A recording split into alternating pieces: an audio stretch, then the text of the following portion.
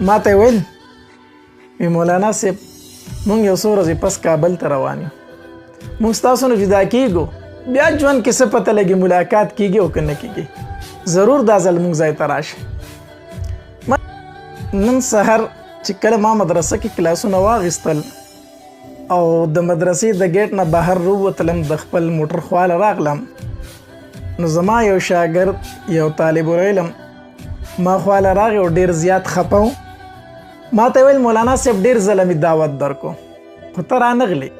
مولانا صاحب دا ځل خامخا راشه، کیدای شي بیا په ژوند کې ملاقات ونه شي. چې دا خبره وکړه د سترګو کې اوښکې راغلې او داسې ځمکې ته یې ښکته وکتل. ما ترې ډېر په تعجب تپوس وکړو. مې ولې؟ ما ته یې ویل مولانا صاحب مونږ یو څو ورځې پس کابل ته روان یو. مونږ ستاسو نه جدا کیږو، بیا ژوند کې څه پته لګي ملاقات کیږي او که نه کیږي. چې دا خبره واورېده زه ډېر زیات خفه شوم، ځکه ما ته وویل مولانا صاحب نن نور زموږ دلته پاتې کېدل مشکل دي. بله ورځ داسې وشو زه د کوره راووتم خو کارډ رانه کور په کپړو کې هیر شوی و. مولانا صاحب پولیسو په لاره ونیومه، تاڼې ته یې بوستم او هلته یې راباندې شپه وکړه. بیا راپسې کور والو کارډ راوستو نو پرېښودم. یقینا زه خفه شوم.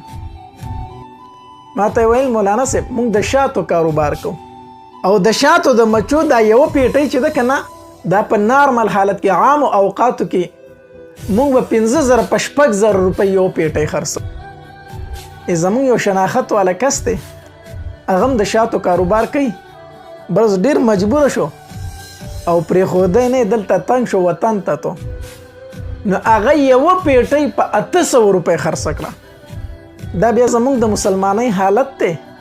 دا چې اخیستې هغه به خوشحاله شوي چې ما ګټه وکړه، ځکه چې د 2,000 سیز ما په 800 روپۍ، د 8,000 سیز ما په 800 روپۍ واخیست، دی به هم خوشحالېدو.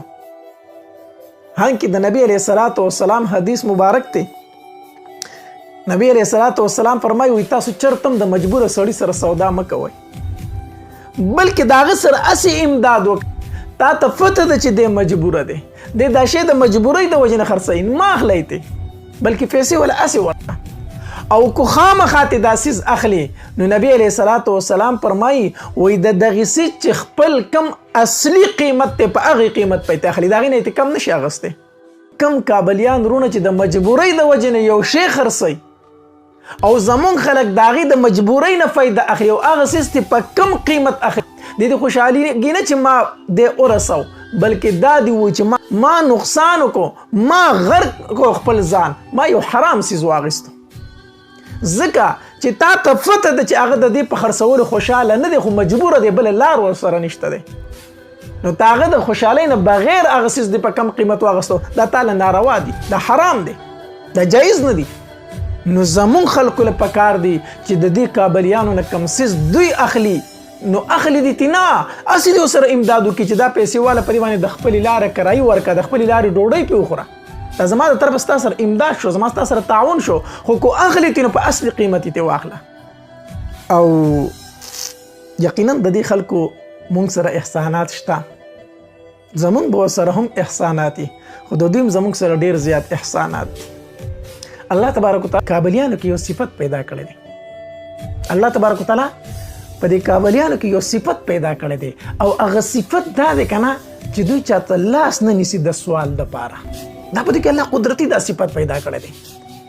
په دې کې که ماشوم دی، که ځوان دی، که بوډا دی، خو چې د کوره راوځي ګیر چاپېره ګرځي چې کم ځای به مزدوري چې ځای وکم، کم ځای به کاروباري چې ځای وکم، د حلال روزي ځان له پیدا کوي.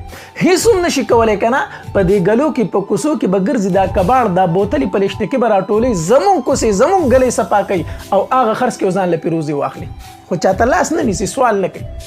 دوی خو موږ ته د کاروبار چل وښودو، زمونږ خلکو ته دوی روزګار